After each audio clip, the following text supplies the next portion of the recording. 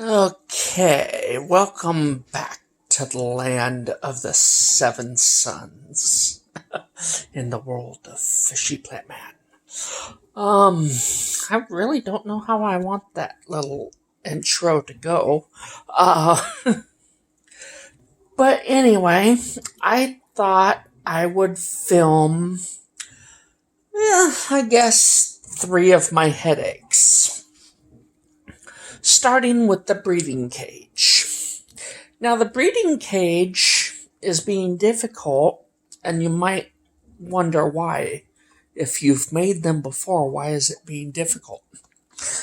Well, the ones I made before, I had basically sewed, to the frame of those little breeding boxes you can buy at pet stores and, at the time it was even stores. There was a pet section in like Safeway that I think they sold them. But I would just buy that cage, which had a frame. It was basically a fish net around a frame. Well, I would take the netting or not put the netting on and just sew something like that material there to the frame. And I'd go through every hole with the thread and sew it to the frame, and then the frame had its own way to attach itself to the aquarium. This cage neither has a frame, a way to attach itself, or even good thread, because the thread I use is deteriorating. The biggest problem is I wanted these cages to be bigger because I wasn't just putting a pregnant female into a cage with, no fish in it, for babies. I basically want the breeding to take place in the cage. So therefore I want the cage to be bigger. This cage is about as long, pretty close, to the 10-gallon aquarium, which is over there. It's quite a bit smaller. I'll back up just a little bit and get at least most of both of them in the shot. There. Yeah, a little bit of bed frame, but yeah. There's the difference between a 10-gallon and a 55. Clearly, it's a distinguishable difference.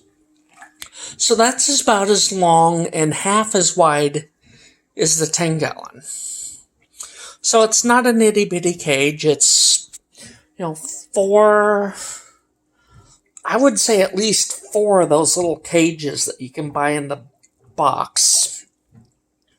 And you put a single swordtail or fantail guppy or, a molly or whatever into. This is quite a bit bigger. Like I said, 3 fish in there. Now, there's supposed to be 3 fish in here. There's the village idiot swimming around. And I call him the village idiot because he got out with the first great escape when that whole side came out. But there's been another escape, and 2 of them are now out. I think I found the hole, and I'm not going to be able to film the hole because, well, if it was that obvious, he would be out of the cage too. So, yeah, I've got to net a couple of fish out, and I really need to get on it. I think I've got a female, gravid female, a female that's holding eggs, running loose. So, yeah. if she's ready to drop her eggs tomorrow morning, which she might be, yeah, need to get her back in the cage tonight because I think she's holding eggs. So that's headache number one. Patching that hole and getting them two back in the cage. So, the great fish chase again. So that's headache number one. You can see the ones with the zip ties with the tails, I'll call them. That is where I have done repairs with the last escape. I noticed a couple more holes, and I, kind of plugged them up a little bit too. But that was with I think the video is called The Great Escape.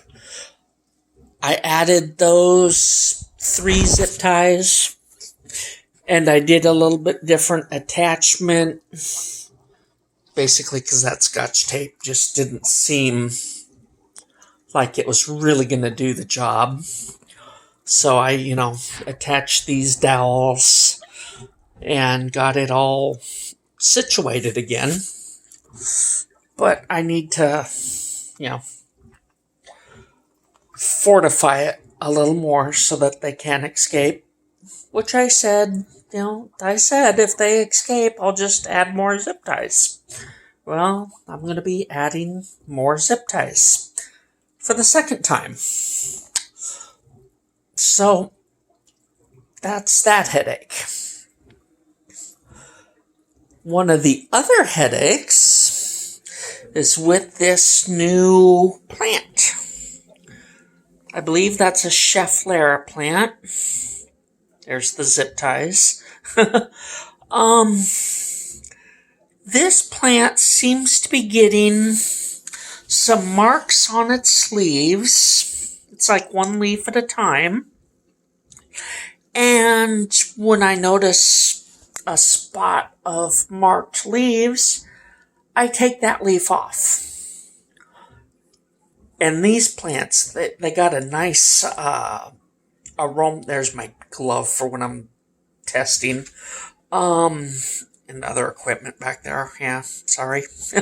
But turns out Schefflera's got a nice aroma to it when you injure the plant, which I can't take off a damaged leaf without injuring the plant. And it yells. So, I'm not sure yet. We'll keep the fish in the shot too. But I'm not sure yet why it's getting those spots. Doesn't seem to be a water issue, unless it's a lack of water. This is the first time I have watered it with my aquarium water tactic, method, whatever. It was watered, 20, 30 minutes ago for the first time. So, maybe a lack of water. Maybe it doesn't really like whatever fertilizer the store gave it. Maybe it's adjusting to my 7 sons. I'm not sure. The only thing I know that it's not is my water, because it was doing it before I ever watered it. So, maybe lack of water. I guess if you've got experience, this is my first one ever. Not since I've lived here, not since I've started the channel. This is my first Schefflera ever. So, if you got some experience with it and can kind of articulate in a comment what water level these guys like, that would be a big help. or what water level yours likes. The best way I think to probably do that would be my meter here. Yeah, it's got red for dry. I'm sure that's not what it's going to want. It's got green for moist, which apparently most plants like that because the section seems a little bit bigger. And blue, makes sense, for wet. So, if you've got one and have been successful with it, would you say you keep it dry? Probably not. Moist? Possibly. Or wet? I'm thinking that you probably keep it moist. But this is my first time, so I'm guessing. But yeah. Maybe closer to dry but moist. And unless you use one of these meters, I'm not sure, how you would know closer to dry than moist. But yeah, that's my question that might be of some help if you keep it dry, moist, or wet. I'm thinking, somewhere around moist. Wet sponge, I don't know how you would articulate that, but if you figure you can, that might be of help.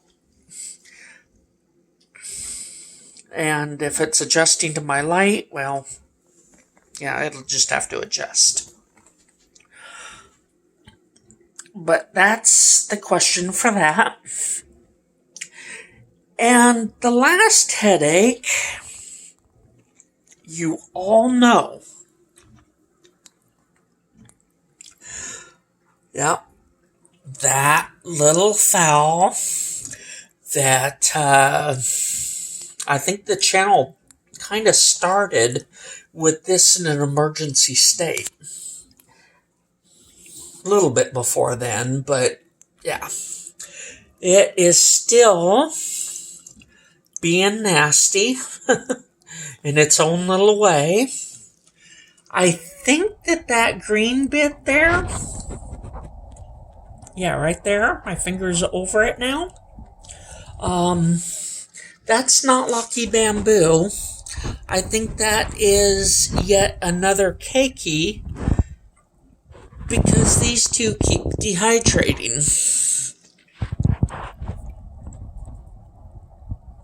So I think that's another keiki. And like I said, because these two keep dehydrating. I moved it to there because it can reach the water with its one good root. The rest of its roots ain't really any good. It's got one good root, maybe two. I didn't want to because I didn't want to kill that last root. I like to do it like I did with this other one with thirds. But it's only got one root and I can't keep it hydrated. So I'm doing the permanent full water culture. Basically that method that nobody does because they have a dry day or two. Well, this plant is not working with a dry day or two. I can't keep it hydrated by taking it out. I mean, everybody else, they can kind of all get watered on the same day. This one needs to go in and out every day, and that doesn't really seem like enough. So we're going for the 24/7 with the one last root. It's basically returned to emergency state. And it's like its last chance. If this doesn't work, I don't know how to keep it alive. So that is that. And there is one last thing. I'm kind of trying to keep this video moving along because, well, there's another channel, I'll go ahead and say, because I don't mind the channel. He gives good advice. But it's, well, I guess it's Praxis. I'm not sure of the numbers. When I don't need the numbers, I know them, but I think it's 55712 or something like that. Yeah, when I don't need the numbers to be right, I can think of them. Anyway, if his video was too long, like on his, it's basically a questions and answer episode. If it goes too long, sometimes he will mention, I gotta cycle the camera, where he turns the camera off and back on so it'll keep filming. Otherwise, it just turns off and he's talking to himself. Hang on, I got a cough. So sorry, but I had to. Mine, with the last update, has started doing something similar. Because I can't record like directly to YouTube, kind of like I used to do. Now I've got to record it onto the phone and then upload it to YouTube. Kind of like everybody else in a way. But if the video gets too long, it will break it into another video. And it told me it was doing that, but it's just a real quick description, and I didn't realize the full effect of it. Well, unlike that camera, which just shuts off and it's done until you turn it back on, this one just breaks up the video into different videos. And when I upload it, because it does it by itself, it'll just give the message and then keep recording. But when I upload it, it will only upload that first section, and then I have to upload the rest. Or if it, does it twice, I imagine I would have to upload 3 videos.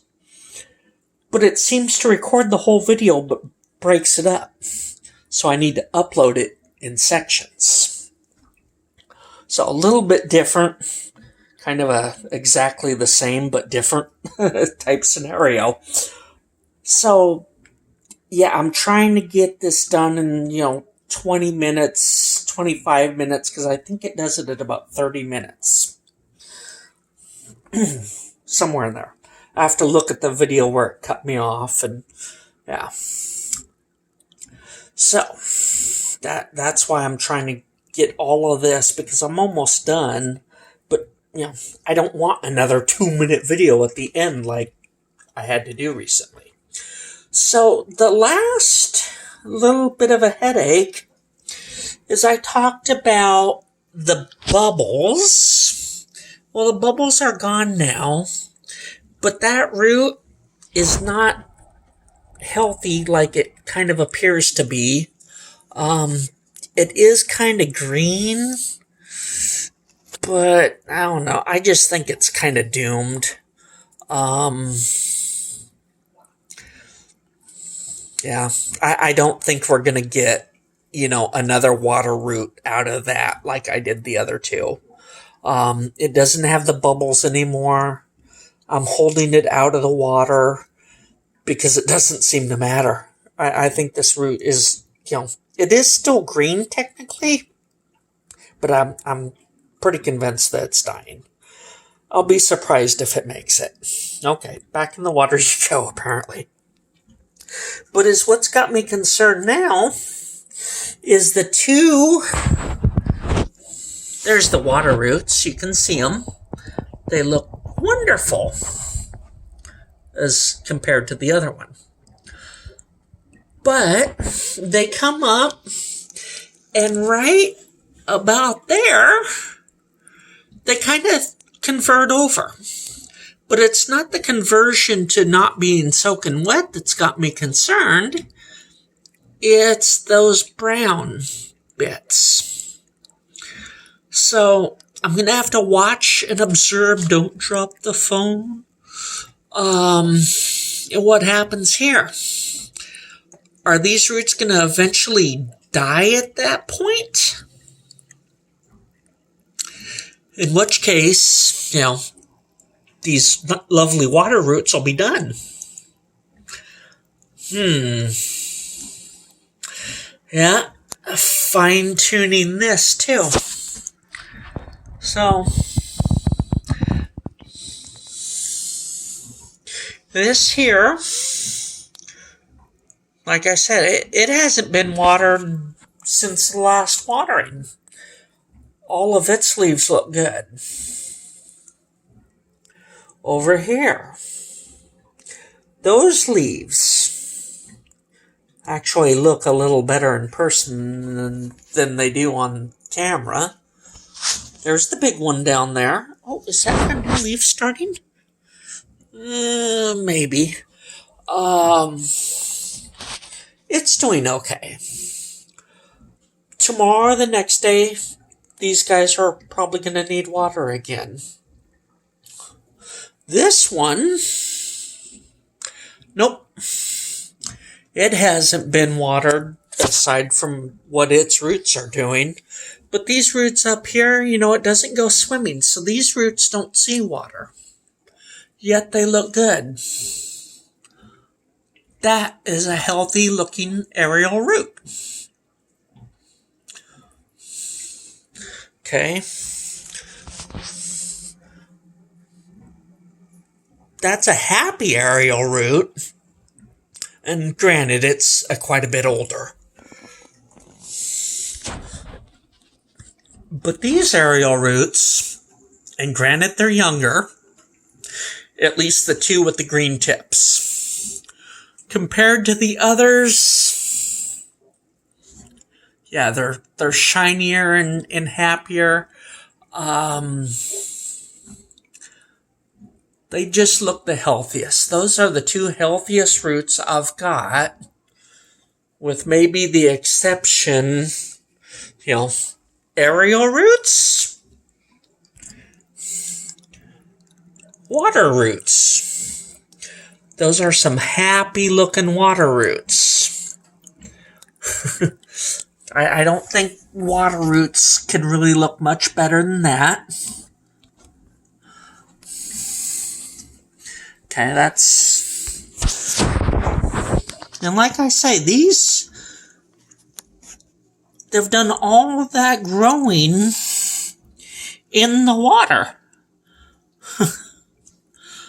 I don't think anybody has left a Phalaenopsis root, or really any kind of root, in the water long enough to grow that much underwater. You might wonder if it's possible. Well, unless you believe I'm a liar, which, if you do, you do, but they're doing it. Those two roots, at least up until where they change, and you can see where they change, they really haven't been out of the water for any significant period of time. They haven't. Now, that's something you'll either have to believe or not, but, yeah.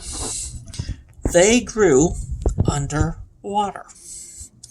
So, I believe that you can do this. You just need the water to be well filtered so that it's oxygenated. That doesn't seem like a word, oxygenated. But, yeah, if your water has a high level of oxygen saturation, I believe you can do this. Now, in like a vase or a mason jar, if you put like air tubing in, and do a bubbler inside that mason jar, then maybe you can. But it has to be constant aeration. Otherwise, you're left to refreshing the water every, 2 or 3 days. So, that's my story for today, and I'm sticking to it.